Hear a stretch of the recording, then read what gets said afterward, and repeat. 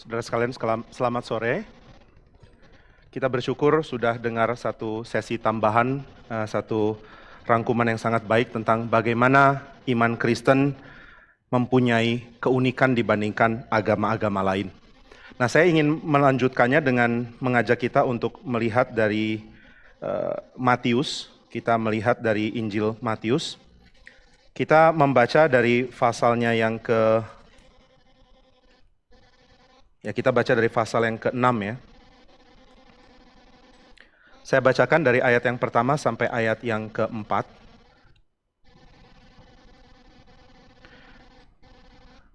Ingatlah, jangan kamu melakukan kewajiban agamamu di hadapan orang supaya dilihat mereka, karena jika demikian kamu tidak beroleh upah dari Bapamu yang di sorga. Jadi apabila engkau memberi sedekah, janganlah engkau mencanangkan hal itu seperti yang dilakukan orang munafik di rumah-rumah ibadat dan di lorong-lorong supaya mereka dipuji orang. Aku berkata kepadamu, sesungguhnya mereka sudah mendapat upahnya.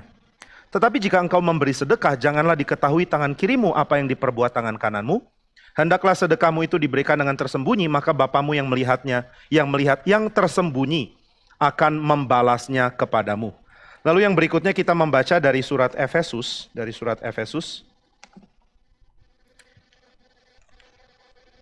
Kita membaca bersama-sama dari pasal yang kedua, Efesus pasal yang kedua.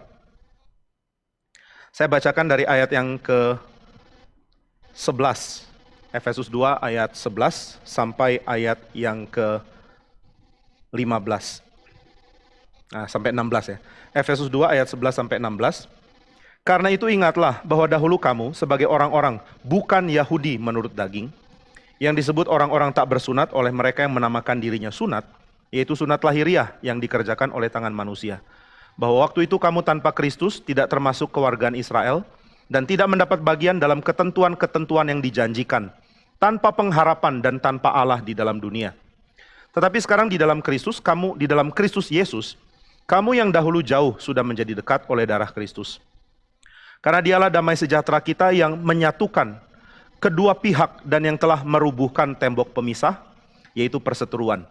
Sebab dengan matinya sebagai manusia, ia telah membatalkan hukum Taurat dengan segala perintah dan ketentuannya, untuk menciptakan keduanya menjadi satu manusia baru di dalam dirinya, dan dengan itu mengadakan damai sejahtera, dan untuk mendamaikan keduanya di dalam satu tubuh, dengan Allah oleh salib, dengan melenyapkan perseteruan pada salib itu. Mari saudara kita berdoa sekali lagi. Tuhan, tolong kami sehingga tema besar dari dunia kami yaitu mengenai beragama, dan juga tema besar iman kami yaitu mengenai Yesus Kristus, boleh kami pahami berdasarkan terang firman Tuhan. Berbicaralah kepada kami sehingga kami mendengarkan suara Allah kami, mengasihani kami, untuk mengerti apa yang jadi fenomena penting dalam hidup kami, yaitu agama, dan dapat memahami apa yang unik dari iman Kristen kami. Berkati kami yang hadir, maupun kami yang mendengar di dalam tempat kami masing-masing melalui live stream. Kiranya Tuhan memberkati, dalam nama Tuhan Yesus kami berdoa. Amin. Saudara sekalian, di dalam tradisi reform ada satu tema yang sangat penting. Ini tema yang dijadikan alasan kenapa orang bisa pergi memberitakan Injil menjadi misionaris. Tema penting ini adalah the seed of religion, benih agama. Semen religionis kalau pakai bahasa Latin yang digunakan oleh Calvin. Ini merupakan satu ajaran yang sangat penting ya, karena kita menyadari bahwa semua manusia itu adalah makhluk yang harus beragama. Ada benih agama di dalam pikiran dan hati setiap manusia. Lalu apa kaitannya benih agama ini dengan pekabaran Injil? Salah satu pendekatan yang unik dari tradisi reform adalah memahami bahwa kekristenan menawarkan keutuhan, sedangkan setiap agama menawarkan keindahan yang parsial. Sesuatu yang sangat penting, seorang misionaris Belanda yang pernah melayani di Solo dan Jogja, seorang bernama Johan Bavinck, mengatakan bahwa dengan metode ini, dengan pemahaman akan teologi Calvin ini, dia digerakkan dengan semangat besar untuk memberitakan Injil. Dan dia adalah orang yang sangat gampang untuk menyukai budaya Jawa untuk alasan tertentu yang kita nggak tahu kenapa. Dia menulis surat kepada temannya bahwa dia dengan sangat sukacita menikmati ekspresi agama di dalam pertunjukan wayang ataupun juga tulisan-tulisan agama dari orang-orang di Solo ataupun di Jogja. Bahkan dia mengatakan tahun-tahun terbaik yang dia alami adalah menikmati interaksi dengan orang-orang di Jogja. Dia juga adalah seorang penulis yang menulis dengan bahasa Jawa, jadi dia penulis yang menuliskan namanya itu sebagai Martowahono. Jadi kalau saudara menemukan tulisan di awal abad 20, bahasa Jawa dan ditulis oleh Martowahono dan isinya sangat baik, ya kalau saudara bisa bahasa Jawa tentunya. Dan saudara menyadari ini teologinya dalam loh. Siapa nih Martowahono? Martowahono adalah AKA Johann Hermann Bavinck. Nah dia mengatakan bahwa ada ekspresi dari benih agama itu. Semua orang beragama karena mereka diciptakan oleh Tuhan. Dan Tuhan menginginkan manusia untuk bersatu dengan Tuhannya. Ada relasi yang unik antara manusia dan Tuhan. Tetapi saudara, karena itu benih yang tidak mendapatkan pertumbuhannya di dalam Roh Kudus, maka benih itu mencerminkan sebagian kecil dari agama sejati, tetapi tidak sampai kepada agama sejati. Calvin tidak terlalu alergi ya pakai agama. Luther seringkali benturkan antara iman, Injil, dan juga tradisi agama. Ada ritual dan ada Injil, dan Luther sedikit mengkontrakan. Nah kalau Calvin tidak, Calvin mengingatkan bahwa kekristenan itu adalah agama. Dia tulis buku Institute of Christian Religion, pengajaran-pengajaran dasar dari agama Kristen. Dia pakai Christian Religion di dalam judul bukunya itu. Dan dia menekankan bahwa apa yang dimiliki kekristenan sebagai agama, itulah yang utuh. Dan yang membuat utuh tidak lain adalah gereja yang memiliki Kristus sebagai kepala. Jadi Calvin menekankan pentingnya ada gereja di mana Kristus menjadi kepala, sehingga orang-orang yang ada di dalamnya mengalami keutuhan di dalam beragama. Nah ini harus kita pahami ya, kalau saudara tergerak untuk penginjilan, tentu penginjilan tidak berarti saudara jadi misionaris pergi ke luar daerah. Ada satu rekan saya bercanda mengatakan, sekarang kita melihat negara-negara maju sudah kehilangan kekristenan. Saya mau jadi misionaris di negara maju dengan upah dolar dan juga dengan tunjangan rumah dan mobil. Ya tentu dia bercanda ya, dia nggak memaksudkan itu. Ya saudara tidak harus jadi misionaris, apalagi misionaris dengan pergi ke tempat eksotik karena saudara suka jalan-jalan, bukan karena saudara menginginkan penginjilan. Tapi tentu setiap orang harus memberitakan Injil ya. Kita semua harus memberitakan Injil. Saudara punya konteks di mana Injil itu diperlukan. Konteks itu bisa rumah, mungkin orang-orang di sekitar saudara belum pernah tahu siapa itu Kristus, atau tempat saudara kuliah, atau tempat saudara kerja. Tentu ada orang-orang yang belum pernah mengenal siapa Kristus, atau yang sudah pernah dengar tapi nggak mau percaya. Nah bagaimana kita mendekati mereka? Saudara bisa pakai pendekatan yang bentur, misalnya mengatakan bahwa kamu tahu nggak agama kamu itu menuju kebinasaan. Kenapa kamu percaya agama yang bikin mati? Ayo percaya agama yang bikin hidup dong. Saya nggak bilang metode ini pasti gagal, kadang-kadang berhasil. Saudara akrab dengan seseorang, lalu saudara tantang dia dan kasih kalimat-kalimat mengagetkan, itu juga baik. Tapi Bavinck percaya ada satu cara lain, yaitu cara untuk melihat bagaimana Kristus itu menjadi keutuhan yang tidak dimiliki oleh agama, karena mereka tidak punya Kristus, simpelnya. Tadi sudah sedikit disinggung ya, saya nggak dengar apa yang dikhotbahkan, jadi saya cuma dengar bagian akhir, saya kurang tahu apa argumen utuhnya. Tapi ada sebut tadi bahwa agama lain nggak punya Kristus dan karena itu mereka gagal gitu ya. Nah ini yang Bavinck mau coba bagikan, apa sih yang bikin agama itu gagal jadi agama? Nah saudara, kita harus sepakat dulu bahwa kegagalan tidak bisa ditentukan dari pihak luar ya. Kegagalan itu nggak bisa diinterpretasi oleh yang tidak setuju kepada yang dianggap gagal. Misalnya orang Islam tidak bisa bilang agama Kristen agama gagal, tapi pakai standarnya Islam. Demikian orang Kristen nggak bisa mengatakan agama lain agama gagal, tapi pakai standarnya Kristen. Lalu bagaimana dong kalau kita nggak pakai standar Kristen? Ada cara lain. Bavinck menawarkan ada kemungkinan untuk kita menunjukkan bahwa target yang dicanangkan oleh agamamu ternyata nggak tercapai. Loh, target apa yang dicanangkan oleh agamaku? Apakah kita bisa pahami ini dari sudut pandang Kristen? Bavinck percaya iya. Nah dia lakukan beberapa seminar, salah satunya adalah tentang agama Yahudi, dan dia pakai bahasa Jawa untuk sampaikan itu di Jogja ya. Nah saudara, yang dia tekankan adalah bahwa agama itu punya unsur-unsur yang hanya mungkin dipahami di dalam Kristus. Maka hal pertama yang harus kita pahami, ini untuk kita orang Kristen sendiri dulu ya, bahwa Kristus itu menggenapi pengertian Taurat. Kristus menggenapi perjanjian lama kalau mau kita expand lebih luas. Kristus bukan cuma satu tokoh yang memberikan memberikan perlawanan terhadap agama Yahudi. Kristus memberikan satu akses yang hanya mungkin lewat dia kepada Allah yang adalah Bapa. Dan ini berarti saudara punya kemungkinan untuk menikmati Tuhan. Ini kata yang penting ya, menikmati Tuhan. Saudara punya kemungkinan untuk menikmati Tuhan hanya kalau saudara pakai jalur yang adalah Kristus. Kalau tidak, saudara akan punya Allah yang tidak bisa dinikmati.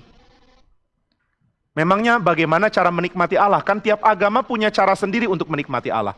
Betul saudara, semua agama punya cara sendiri untuk menikmati Allah. Tapi ada sesuatu yang menjadi standar. Kalau nggak ada ini, nggak mungkin saudara bisa menikmati agama apapun itu. Yang pertama tentu saudara harus memahami baik Allah maupun manusia sebagai persons. Ini nggak bisa enggak. Kalau saudara ingin menikmati Allah, saudara harus tahu Allah itu pribadi. Dan saudara juga pribadi. Kalau tidak, relasi nikmatnya itu hilang. Karena kenikmatan sejati kita percaya ada di dalam penerimaan cinta kasih dan juga perhatian kan. Kalau ditanya ya apa yang paling kau nikmati di dalam hidup, tentu bukan kesehatan karena saudara bisa sehat bisa sakit. Di tengah pandemi ini bahkan kemungkinan sakitnya lebih besar dari biasanya. Tapi kalau ditanya apa yang kamu paling nikmati dalam hidup, ya jawaban simpelnya adalah kasih. Tim Keller pernah berkhotbah tentang hal ini, dia mengatakan bahwa hal yang sangat diinginkan di dalam dunia sehingga orang membenci kematian itu adalah kasih. Karena begitu besar kita menyukai kasih, maka kita benci kematian. Kita tidak benci kematian karena kita tidak pasti setelah mati kemana. Kita biasanya menantang orang, ayo kalau mati kemana kamu? Itu memang bisa kena ke hati orang. Tapi yang lebih kena lagi adalah putusnya relasi. Loh kalau orang yang aku kasih sudah meninggal, aku nggak mau pisah dengan dia lama-lama loh. Aku mau di tempat di mana dia berada, aku juga ada. Itu kan bahasa kasih ya. Dan kadang-kadang orang nggak terlalu peduli dengan hidupnya sendiri. Orang lebih peduli dengan hidup orang yang dia cintai. Di dalam speak tentang kebangkitan, tentang Kristus dan kebangkitan, saya lupa judul persisnya apa ya. Pendeta Billy mengatakan bahwa kematian itu menyesakkan hati bagi orang hidup, bukan bagi yang mati. Saudara nggak tahu apa yang dirasakan oleh orang mati, karena saudara nggak bisa tanya dia gitu ya. Kalau dia sudah mati, saudara nggak bisa datang lalu tanya, gimana perasaannya? Gelap. Oh gelap ya? Sudah tulis gelap. Lalu apa lagi? Dingin. Oh dingin ya? Mau selimut-selimut? Percuma gitu, sudah mati. Dia nggak bisa jawab. Jadi kalaupun dia merasakan apa-apa, saudara nggak akan tahu. Dan kemungkinan besar ya dia nggak rasakan itu di dalam tubuhnya lagi. Kemungkinan besar karena saya nggak tahu, saya belum alami. Jadi yang menakutkan dari kematian itu bukan orang yang mati. Orang yang mati nggak lagi menakutkan. Setuju ya? Masa sih enggak, ayolah jadi orang Kristen yang beriman dengan sungguh lah. Orang yang sudah mati enggak lagi menakutkan dan kita juga tidak lagi merasa bahwa kematian itu akan menakutkan kita kalau kita sudah alami. Ini diingatkan oleh Wittgenstein bahwa kematian bukanlah event dalam hidup. Kematian bukan event dalam hidup. Kalau saudara tulis hidup saudara, saudara akan berhenti mengatakan hidup ketika saudara sudah mati. Itu bukan event dalam hidup. Jadi kematian tidak lagi jadi pergumulan untuk orang yang sudah mati. Kematian itu jadi pergumulan untuk orang yang hidup. Yesus menangis, itu dicatat di dalam Injil Yohanes, itu karena mengalami kematian Lazarus, bukan karena dia takut kematiannya sendiri ya. Demikian juga Maria menangis, dia datang ke Yesus dan menangis dengan mengatakan, Tuhan, andaikan engkau ada, saudaraku tidak akan mati. Yesus pun menangis gitu ya. Kenapa mereka menangis? Karena kematian. Oh mereka takut mati? Bukan, mereka menangis karena kehilangan relasi. Nah saudara, apa gunanya beragama kalau relasi tidak jadi poin penting? Karena itu yang kita hargai dalam hidup kok. Saudara bisa menghargai banyak hal, tapi dicintai dan mencintai itu unsur utama. Saudara bisa sukses dan rasa mau bunuh diri karena saudara rasa nggak dicintai kan. Jadi manusia seperti apapun yang mengatakan dia, ini saya kutip dari Tim Keller, yang mengatakan dia tidak takut mati, dia belum berpikir. Karena di dalam kematian kita akan kehilangan relasi. Tidak ada kasih, tidak menikmati dan tidak memberikan kasih. Di dalam salah satu mazmur, pemazmur mengatakan, bisakah aku memuji engkau di dunia orang mati? Gak bisa. Jadi Tuhan tolong jangan biarkan aku mati, supaya aku bisa menikmati hadir bersama dengan engkau di baitmu. Nah maka saudara, agama-agama sebaik apapun dia, kalau dia menghilangkan unsur terpenting dalam hidup manusia, tentu kita akan kritik agama itu dengan mengatakan, kamu miss the point kayaknya. Kayaknya agamamu kurang bisa mengerti apa itu manusia deh. Karena kamu tidak menawarkan hal yang paling saya hargai di dalam hidup. Bahkan The Beatles pun tahu kan, all you need is love. Itu lagu siapa saya lupa, nggak tahu lah, pokoknya siapapun nggak penting. Intinya adalah kita perlu cinta, dan cinta yang benar seperti apapun kita masih belum tahu. Kita meraba-raba untuk mencari true love, tapi kita sudah tahu, sudah punya sense bahwa kita perlu itu. Apapun itu kita belum bisa definisikan dengan tepat, tapi kita tahu kita perlu. Nah, maka ketika agama tidak menggali kemanusiaan dan memberikan insight kepada kita untuk menghidupi kemanusiaan kita sampai kepenuhannya, tentu kita akan kritik dong. Masa agama bentur dengan kemanusiaan? Kan nggak mungkin. Apakah agama didesain untuk meniadakan kemanusiaan? Kalau iya, kita akan berikan tanda tanya untuk agama semacam ini. Biasanya orang akan menekankan bahwa kekristenan itu tentang Tuhan, bukan tentang manusia. Betul, kekristenan tentang Tuhan. Tetapi kekristenan itu tentang Tuhan yang berjanji kepada manusia. Kalau nggak ada manusianya, Alkitab nggak tertulis. Coba saudara lihat, bagian mana di dalam kisah Alkitab, di mana manusia tidak dilibatkan. Saudara baca kitab Kejadian, puncak dari hari ke-6 dicatat Tuhan menciptakan manusia. Ada manusia sebagai unsur utamanya. Saudara lanjut di pasal yang kedua, semuanya tentang relasi Allah dan manusia. Saudara baca kitab Ester, kata Allah tidak disebut, tapi manusia ada. Jadi manusia tentunya adalah tokoh utama di dalam kisah ini. Sehingga sangat sulit bagi kita untuk percaya bahwa kekristenan itu meniadakan kemanusiaan. Kekristenan tidak meniadakan kemanusiaan. Nah, jadi ini jadi landasan kita untuk berpikir tentang agama ya. Kritik agama itu kan penting kan. Itu jadi satu bidang yang dicetuskan juga di dalam dunia pemikiran. Nah, kalau orang mengatakan, nggak boleh kritik agama ya, agama itu terlalu terlalu sakral untuk dikritik. Kalau kamu kritik, saklarku nyala. Gitu ya. Jangan berani kritik agama. Saudara, orang yang ketakutan dibongkar adalah orang yang menyimpan sesuatu yang buruk loh.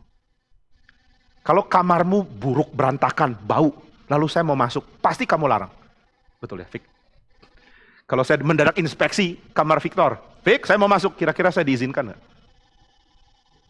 Mungkin, dia pakai kata mungkin, saya lupa, udah saya sapu belum ya? Jadi saya ketuk, Vic, ada Pak Jimmy. Pak Jimmy bentar, saya nggak di rumah. Loh, itu siapa yang jawab? Rekaman, gitu ya. Pokoknya apapun yang terjadi, engkau jangan masuk sini. Loh, kalau agama begitu ketakutan untuk dibahas dengan cara kritis, apa nggak ada yang salah di dalamnya? Orang akan tanya loh, jangan bahas kritik agama ya, nggak boleh kritik-kritik agama. Loh, emang kenapa agamamu rusak ya? Kenapa takut dikritik? Ingat Pak Tong sering kutip Pak Andrew G ya, ketika ditanya bagaimana kita orang yang beriman menghadapi kesulitan. Dia mengatakan, kalau murni, emas murni, kenapa takut diuji? Kalau emas murni jangan takut diuji dong. Kalau agama benar jangan takut dikritik dong. Silakan kritik, silakan kemukakan pendapatmu, lalu kita akan reply balik dengan cara yang penuh kasih dan keteraturan dalam argumen tentunya.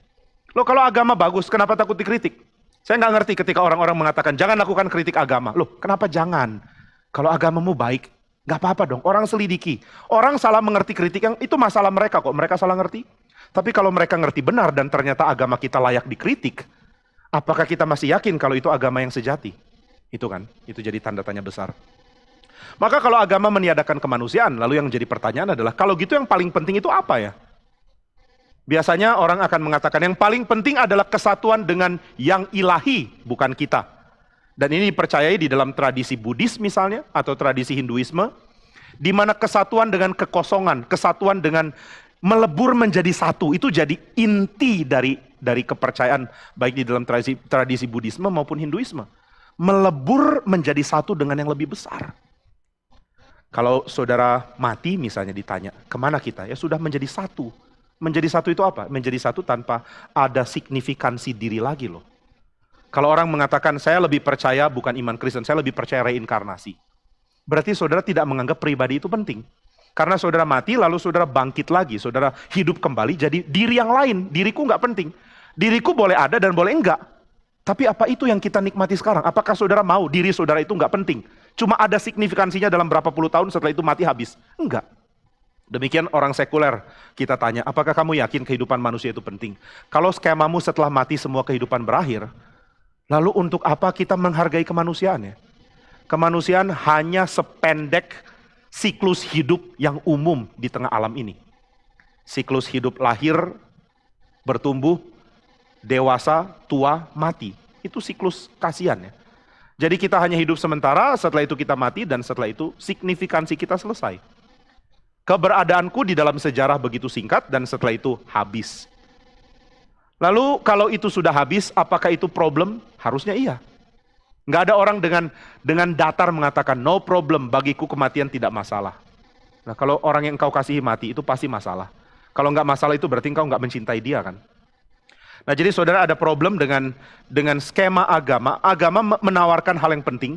Kalau ditanya, kenapa percaya reinkarnasi? Karena saya percaya atau kami percaya hidup manusia terlalu penting sehingga tidak boleh dikalahkan kematian. Hidup nggak boleh sependek ini loh. Kalau hidup sependek ini, kasihan. Harusnya manusia hidup lebih panjang dari ini. Jadi kalau dia mati, itu bukan akhir. Itu bukan the end. Ada sesuatu yang dilanjutkan dari hidup manusia. Apa itu yang dilanjutkan? Nah, ini saya pinjam dari studinya seorang bernama Jürgen Moltmann. Moltmann memberikan studi, melaporkan studi di dalam sebuah artikel tentang pendapat dia tentang ajaran agama-agama. Nah, dia mengatakan bahwa setelah mati apa? Setelah mati itu ada beberapa tafsiran dari beberapa aliran agama.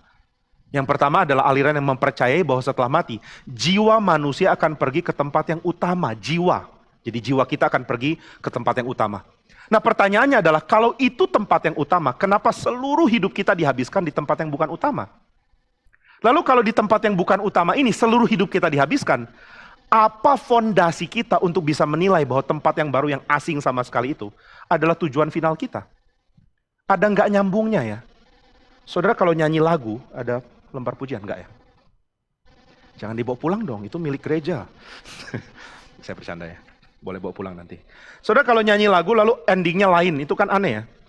Kalau saudara nyanyi, ini lagu kok saya nggak kenal sih, lagu baru ya. Kamu baru ngarang ini atau gimana? Oke lah, lagu pertama. Na na na na na na na na na na na na na na. Na na na na na na na na na na na na na na na na. Na na na na na na na na na na. Na na na na na na na na na na. Na na na na na na na na. Nah, karena saudara tahu ini dua lagu yang berbeda, saudara rasa aneh. Kayaknya nggak gitu deh lagunya. Tapi endingnya megah loh, ini kemerdekaan. Ya tahu, tapi kenapa awalnya nggak gitu? Saudara akan rasa ada gangguan dengan ending yang nggak nyambung. Cerita apapun akan seperti itu. Saudara baca cerita detektif, ada pembunuhan. Seorang mahasiswa terbunuh dan ada 3 orang mahasiswa berada dekat mayatnya. Ada Victor, kemudian ada Ruth, dan ada Ruth dengan H. Misalnya gitu ya contoh. Siapa di antara ketiga ini pembunuhnya? Misalnya ini contoh ya, tentu kamu nggak akan mengalami inilah, semoga enggak. Lalu orang mulai menyelidiki, ada detektif ternama datang. Detektif itu adalah seorang bernama Pierre, detektif dari Prancis. Pierre. Lalu dia datang kemudian mulai menyelidiki. Saya rasa ada sesuatu yang penting di sini untuk diselidiki. Dia mulai mengamati. Dia mulai melihat siapa tokoh-tokoh yang ada motivasi membunuh. Lalu cerita itu berlangsung dengan intrik-intrik. Pierre menyelidiki kehidupan Victor, kehidupan Ruth, dan kehidupan Ruth dengan H gitu misalnya. Lalu kemudian menyelidiki, memberikan data. Wah, pokoknya ceritanya penuh dengan intrik yang menegangkan. Kadang-kadang Pierre mau menyelidiki, ada yang halang-halangi, dia mulai curiga. Kayaknya orang ini yang bunuh, tapi ternyata bukan. Lalu bab terakhir, saudara sudah penasaran siapa yang bunuh. Tiba-tiba bab terakhir mengatakan, kemudian pria itu jatuh cinta dengan sangat hangatnya. Dan mereka pun hidup bahagia selama-lamanya. Saudara langsung buang. Ini apa sih? Kok akhirnya kayak begini? Saudara heran ya, hidup kita dijalani di dunia ini. Dari lahir kita bergumul mencari kehidupan yang baik. Kita bergumul untuk mencari makan, mendapatkan susu, lalu setelah itu bertumbuh, mendambakan cinta kasih, mendambakan signifikansi, mendambakan diperhatikan, mendambakan komunitas, mendambakan banyak hal. Tapi endingnya adalah, percuma hidup di sini. Ngapain pikir hidup manusia di bumi? Nggak penting. Yang penting nanti surga. Loh terus yang saya jalani ini apa dong? Kalau kemanusiaan nggak bisa dinilai dengan apa yang saya sudah alami, lalu apa yang bisa dipakai untuk menilai kemanusiaan kalau begitu? Nah ini perlu dijawab oleh agama-agama kan? Kenapa kamu punya sistem yang membuat seluruh pergumulanku di dunia ini jadi nggak ada arti? Nggak penting, nggak usah dijalani kalau perlu. Adalah bahagia kalau kamu mati dari kecil. Itu bukan tema Kristen tapi. Nah jadi saudara ini yang perlu kita kritik gitu. Apakah agama menghargai pergumulan hidup manusia di dalam dunia ini? Apakah itu penting? Apakah it matters for them? Apakah agama-agama mengatakan, ya penting loh untuk hidup bahagia. Penting loh untuk hidup benar. Penting loh untuk hidup baik. Nah itu pertanyaan pertama. Lalu pertanyaan kedua. Apakah agama-agama bisa mendeteksi realita? Bisa sebagian. Agama tahu bahwa etika itu penting. Nggak ada agama yang mengajarkan etika itu nggak penting. Semua agama punya ajaran etika yang sangat baik. Kalau saudara bilang, ada yang ngawur. Itu versi ngawur di dalam tafsiran yang ngawur. Dari agama yang harusnya baik. Kalau saudara bilang, ada agama yang mengajarkan perang. Saudara di dalam zaman kuno, semua agama mengajarkan perang. Nothing weird gitu, nggak ada yang aneh. Nah tapi bukan itu yang kuncinya. Kuncinya adalah ada keadilan yang harus ditegakkan. Kamu harus jadi manusia yang menampung orang lain di dalam kehidupanmu. Kamu harus menjadi orang yang bertindak dengan cara tertentu, nggak boleh sembarangan, supaya kehidupanmu diterima oleh komunitas. Nggak ada agama yang meremehkan keperluan hidup dalam komunitas. Kadang-kadang komunitasnya diekspand dengan berlebihan. Misalnya kita harus menjaga perasaan lalat sekalipun. Ayo jaga perasaan lalat. Kalau dia mau hinggap di makananmu, kenapa dilarang? Jadi kalau dia mau hinggap, silakan. Mine are also yours. Nah silakan. Lalu saudara berbagi makanan dengan dia, dan setelah itu saudara berbagi makanan dengan bakteri. Berbagi perut dengan bakteri. Nah jadi ada sesuatu yang dituntut, hidup yang baik. Nggak boleh sembarangan, ada aturan, ada rules. Nggak ada agama tanpa rules. Agama tanpa rules adalah gerakan antinomian yang tentu ditentang oleh siapapun. Nah jadi saudara, agama mengajarkan fakta kok, hidup harus begini loh. Tetapi agama tidak mendeteksi fakta buruk dan memberikan solusi di dalamnya. Agama tidak mengatakan bahwa ternyata manusia memang error hidupnya. Atau kalaupun agama mengatakan memang manusia error, nggak ada solusi. Jadi bagaimana dong kalau begitu? Bagaimana saya harus melihat hidup saya dan menyaksikan bagaimana agamaku saya saksikan ke orang lain. Itu diperlukan oleh orang lain untuk belajar menjadi manusia. Bagaimana siar agama saya membuat orang terbuka pikiran dan mengatakan, memang benar, saya harus menganut kepercayaanmu supaya saya bisa belajar jadi manusia. Menikmati hidup dan juga berawas, mewaspadai apa yang ada dalam hidup, mempunyai pengharapan dan juga diberitahu tentang realita yang akan terjadi. Saudara, kitab suci memberikan, di kitab suci Kristen tentunya, memberikan pengertian bahwa kematian itu sangat buruk. Bukan sesuatu yang kita bisa baca dengan senyum. Pergumulan dan seruan, ratapan di dalam kitab perjanjian lama itu sering kali dipuncakkan dengan ketakutan mati. Pembuangan Israel diumpamakan sebagai kematian, dan keadaan buruk itu sering kali dipanjatkan sebagai mulai kehilangan aspek yang penting dari hidup. Dikatakan ketika orang semakin tua, dia akan kehilangan kenikmatan hidup karena banyak hal tidak bisa lagi dia nikmati. Alkitab memberikan berita yang sangat pilu bagi Daud. Dikatakan Daud sudah sangat tua umurnya dan dia sudah banyak sakit. Akhirnya dicari orang untuk menemani dia, seorang muda, dicari yang paling cantik di seluruh negeri. Ketika didapatkan, dia dijadikan istrinya Daud tentunya, maka dia bisa tinggal dan tidur bersama Daud. Tapi Daud tidak bisa bersetubuh lagi dengan dia. Ini bukan cuma masalah seksualitas, ini masalah berketurunan juga. Maksudnya Daud sudah tidak lagi bisa menjalankan tugasnya sebagai raja, dan di dalam konteks zaman dulu, menjadi raja termasuk berketurunan. Itu tugas jadi raja. Jadi ada konteks yang kita harus pahami dulu dari kisah kitab suci. Nah dikatakan Daud sudah nggak mampu lagi, nggak mampu menjalani hidup yang nikmat dan berfungsi sebagai manusia. Oh kasihan ya, udah tua kok begitu. Memang begitu faktanya, dan itu menyedihkan.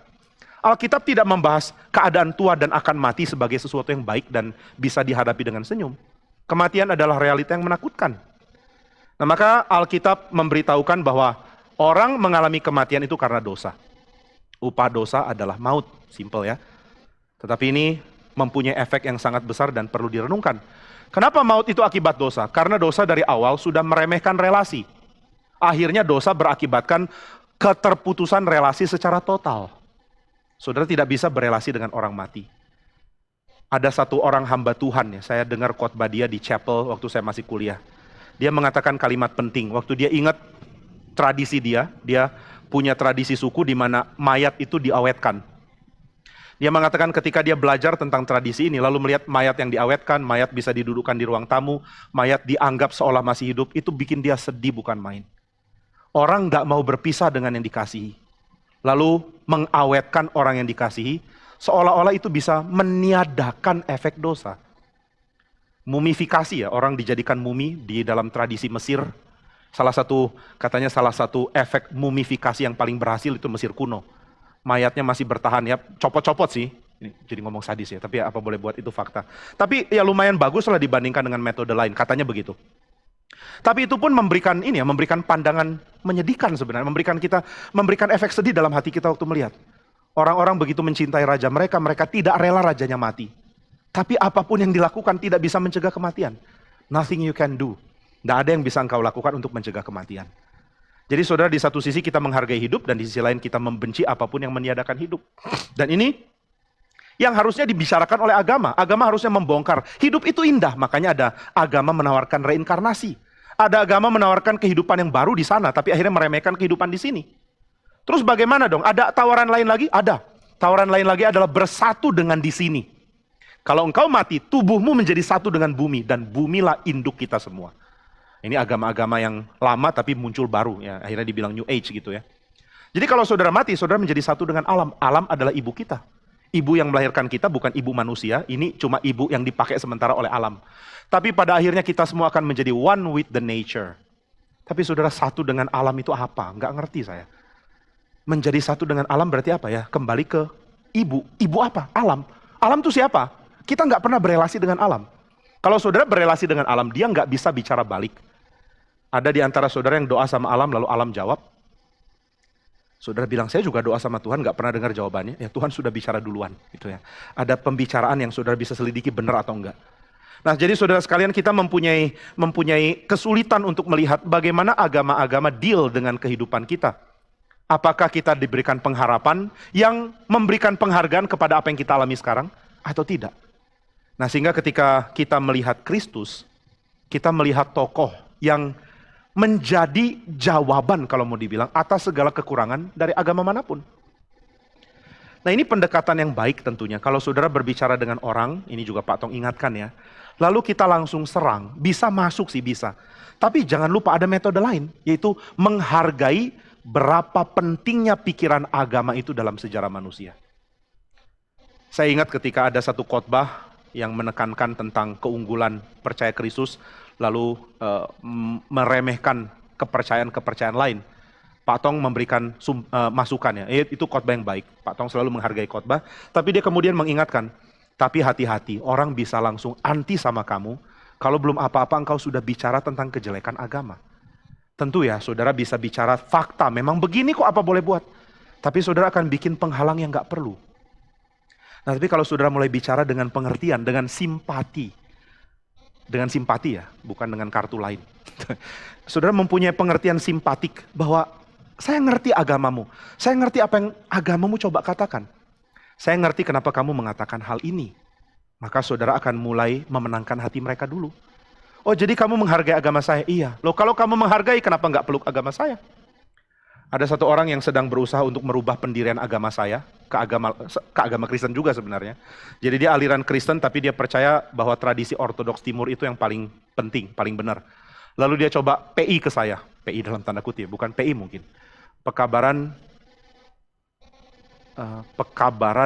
First Among Equals di Eastern Orthodox Church, itu pekabaran apa namanya.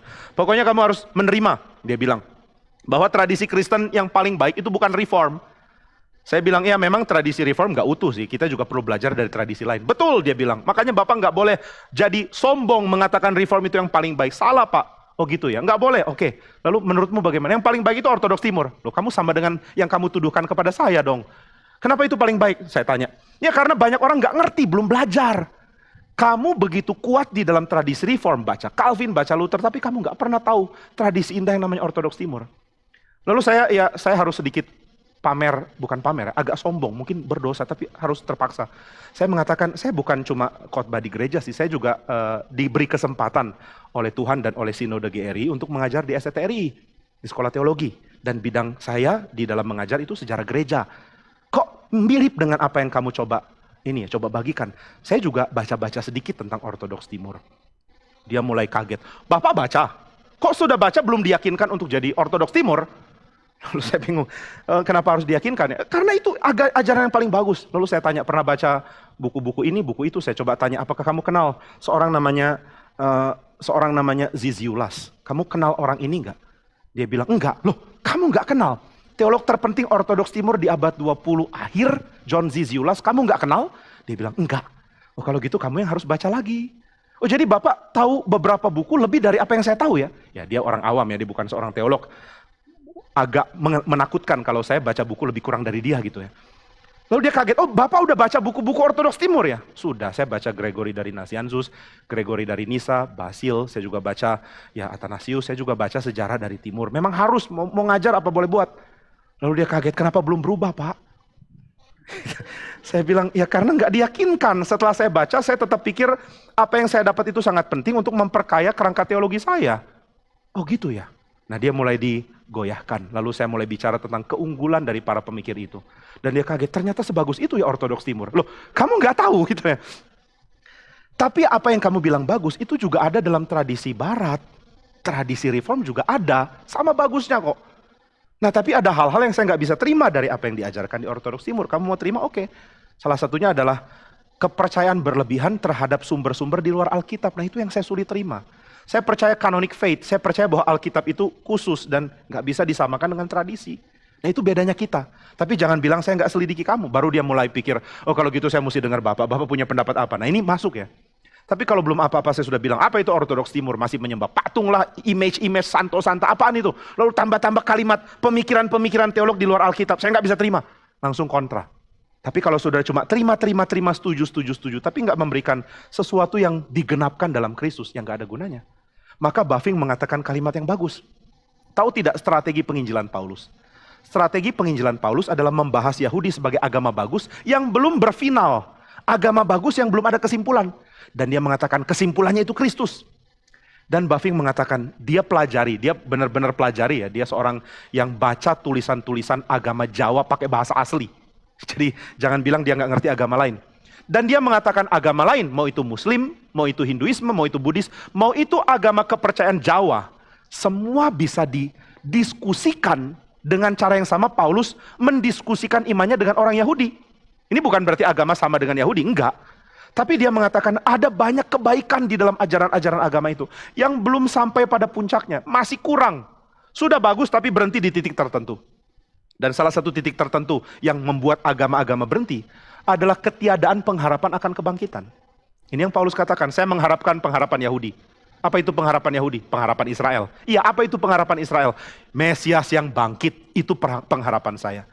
Maka saudara, Bavinck menawarkan bahwa iman Kristen itu memberikan satu kesimpulan indah dari pencarian agama manapun. Kenapa agama mengajarkan etika yang baik? Karena itu baik. Itu membuat hidup kita di sini bisa dinikmati untuk sekian waktu lamanya. Tapi kan kematian memutuskan itu, betul. Tapi ada kebangkitan. Kebangkitan itu apa sih? Kebangkitan itu adalah kemungkinan untuk menghidupi kehidupan kita yang sekarang. Bukan kemungkinan, bahkan kepastian. Kepastian untuk mengalami hidup yang sekarang di dalam versi yang penuh. Jadi saudara, ada satu hal yang Alkitab janjikan, yang Kristen janjikan. Kehidupanmu yang sekarang indah tapi belum penuh, belum sempurna. Tetapi kebangkitan memastikan saudara bisa menikmatinya to the fullest. Sampai kepada kepenuhannya, sampai kepada kesempurnaannya. Apakah sekarang kita sudah menikmati dengan sempurna? Belum. Tapi jangan bilang hidup ini nggak bisa dinikmati dong. Kalau orang bilang, aduh Pak saya nggak bisa menikmati hidup. Kenapa nggak bisa? Karena banyak orang benci saya sekarang. Oh sekarang, berarti dulu cinta kamu dong. Iya dulu mereka cinta saya. Nah itu bisa dinikmati loh. Ada hal yang bisa dinikmati tapi nggak kekal. Ada sesuatu yang seperti bagus tapi kemudian setelah itu menjauh dan hilang. Nah ini yang juga kita bisa nikmati, bisa alami di dalam hal seni misalnya. Saudara menikmati musik yang indah, satu kali dengar kagum sekali. Kalau saudara pertama kali dengar musik klasik yang lumayan populer, jangan musik klasik yang hardcore gitu, yang untuk penggemar yang udah bertahun-tahun belajar, agak susah. Tapi musik klasik yang gampang didengar, begitu pertama dengar bagusnya bukan main. Kedua kali bagus, bertahun-tahun dengar mulai bosen. Sudah mulai tahu abis ini nada apa gitu, nggak ada keterkejutan lagi. Kok keindahan bisa membosankan? Bisa, karena keindahan yang kita alami sekarang belum to the fullest, belum sampai kepenuhannya. Kalau gitu apa gunanya hidup? Yang berguna tetap. Kenapa berguna? Karena ada pengharapan bahwa kamu akan menikmatinya sampai pada kesempurnaan. Sekarang kita menikmati dicintai dan mencintai, tapi kematian memutuskan relasi itu, tapi kebangkitan melanjutkannya. Nah jadi saudara, kita bisa mengatakan bahwa Kristus menjadi satu solusi, kalau mau dibilang ini, Christ is the answer kan. Kristus menjadi jawaban bagi konteks yang tepat, yaitu pergumulan agama-agama untuk mencari bagaimana agama kami bisa mendapatkan kepenuhannya, yaitu di dalam Kristus. Nah ini tentu bukan berarti orang bisa menganut agama apapun, yang penting tambahkan Kristus, enggak lah. Ini tetap membuat orang yang menganut iman kepada Kristus mencari kerangka yang lebih utuh. Kristus nggak bisa diambil lalu dimasukkan ke dalam agama lain dengan cara yang fit, nggak bisa. Kristus dinyatakan kepada agama lain, membuat orang dari agama lain berpikir, benar juga ya kebangkitan Kristus jadi tema yang menjawab, tapi kok nggak nyambung dalam hal lain? Betul, karena Kristus itu hanya mungkin disatukan dengan tubuhnya, yaitu gereja. Dan di dalam konsep gereja ini, kita mendapatkan pengertian akan siapa Kristus, akan janji Tuhan, akan perjanjian, akan firman, dengan cara yang utuh. Jadi nggak ada solusi mengatakan, ya udah kamu tetap di agamamu, yang penting kamu tambah dengan percaya Kristus. Enggak. Karena kepercayaan kepada Kristus adalah set of teaching, set of beliefs. Serangkaian kepercayaan yang disusun berdasarkan firman yang utuh, berdasarkan kitab suci. Tapi saudara, ini jadi jalan masuk yang penting ya. Saudara bicara dengan orang, lalu saudara ingin tahu kebaikan dari ajaran dari agama orang lain. Saya ingat satu diskusi dengan satu orang supir ya, satu supir online, taksi online. Lalu saya ajak dia bicara, kemudian ajak ngomong soal keindahan agama. Ya waktu itu lagi ada ribut-ribut demo lah pokoknya. Terus saya tanya dia, wah agama kan sebenarnya nggak begini kan, ada baiknya, ada bagusnya. Iya. Lalu kita mulai gali kebaikan agama. Apa baiknya? Oh, agama itu mengajarkan kita untuk sopan sama orang, menghargai, benar-benar menghargai orang. Lalu saya tanya dia, berarti agama itu menghargai hidup, betul ya? Dia bilang betul. Agama itu mencintai manusia yang hidup. Agama nggak berguna kalau cuma dipraktekkan ke orang mati. Nah itu saya coba gali. Benar. Ini bukan Upin dan Ipin ya, tapi ngomongnya benar. Bukan betul. Nah, saudara, dia bilang benar. Agama itu bukan untuk orang mati. Dia tanya dulu, pastikan agama saya apa. Bapak sendiri agamanya apa? Oh saya Kristen. Oh Bapak Kristen ya? Pak, Bapak kasih makan ke orang mati? Enggak, agama Kristen enggak kasih makan ke orang mati. Ngapain kasih makan ke orang mati? Kenapa enggak waktu dia hidup? Agama kan harusnya menghargai hidup, bukan menghargai mati. Kalau sudah mati terus kita hargai, apa itu enggak terlambat ya? Kalau memang kita menghargai mati, berarti kita akan meremehkan hidup kita loh. Dia bilang, iya bener loh Pak, saya enggak mikir. Bener. Versi Indonesia, bukan versi Malaysia. Betul loh, kalau saya menghargai hidup, maka saya tidak memperlakukan orang mati dengan perlakuan seolah kehidupan dia nggak sepenting waktu dia udah mati. Orang-orang kadang-kadang memberikan penghargaan kepada orang sudah mati. Sudah mati menjadi tempat kita berdoa. Loh, waktu dia hidup kita nggak dengar perkataannya, sekarang udah mati mau datang-datang ke dia. Saudara, ada kalimat yang lucu ya, dikatakan oleh seorang yang tadinya beragama lain tapi jadi Kristen. Dia mengatakan, dulu ya saya diajar untuk abaikan perkataan orang, nggak usah ngomong sama orang. Sampai dia mati baru ngomong sama dia. Jadi doa setelah dia mati, lucu, waktu dia hidup diabaikan. Kalau kita mengabaikan hidup orang, lalu menghargai dia waktu sudah mati, ada bahaya. Berarti kita tidak serius menjalani hidup kita, karena hidup kita harusnya nggak penting dong. Tapi enggak, orang yang menganut agama seperti itu, tetap menganggap hidupnya penting. Tapi dia menganggap orang lain setelah mati harus diutamakan, aneh. Nah maka setelah dia setuju, setelah ada kata benar tadi, benar, baru saya lanjutkan, berarti agama harusnya menghargai manusia waktu hidup. Makanya agama yang bagus itu akan membuat kita menghargai hak orang. Benar, wah dia setuju. Bagus ya kalau setuju. Kalau dia kaum radikal yang ekstrim langsung dikontra saya. Yang penting kita menghargai hidup. Apa itu hidup? Matiin aja. Bom, waduh gawat, ini agak lain ceritanya kalau ketemu orang kayak gini. Tapi dia mengatakan betul, agama itu harusnya menghargai manusia waktu lagi hidup. Menghargai hak orang. Lalu saya sindir-sindir, bukan sindir lah, pakai bahasa dia sedikit. Iya, agama yang baik itu mengajarkan kita tidak menzolimi orang. Betul, jangan menzolimi orang. Iya, kita juga tidak boleh suudzon sama orang. Betul Pak, agama yang bagus mengajarkan kita nggak boleh suudzon sama orang. Intinya, agama yang baik mengajarkan hidup manusia itu penting. Betul ya? Betul. Makanya agama yang baik itu mengajarkan kebangkitan, saya bilang. Betul, dia masih ngomong betul, dia belum ngeh. Betul Pak, betul, agama yang baik itu mengajarkan kebangkitan. Oh iya, kalau agama Bapak mengajarkan kebangkitannya gimana ya? Saya bukan ahlinya Pak katanya. Jadi Bapak nggak tahu ajaran agama Bapak mengajarkan kebangkitan gimana. Saya kurang tahu Pak, saya bukan ahli lah, saya bukan imam, saya bukan orang-orang yang saleh, saya banyak dosanya lah.